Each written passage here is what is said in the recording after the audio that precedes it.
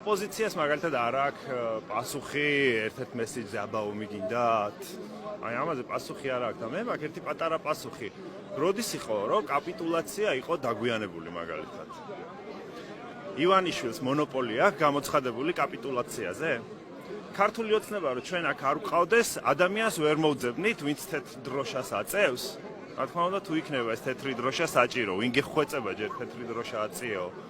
ნუ ამისთვის მინიმუმ კურსკის ობლოსტიდან მაინც ხომ უნდა გადმოისროლონ ის ერთი რამდენი 10 ტანკი მაინც და მე რეალწე ერთი ტყვია გაისროლოს ვაშკაცმა პოლიციელმა და მე გამოაცხადოს კაპიტულაცია.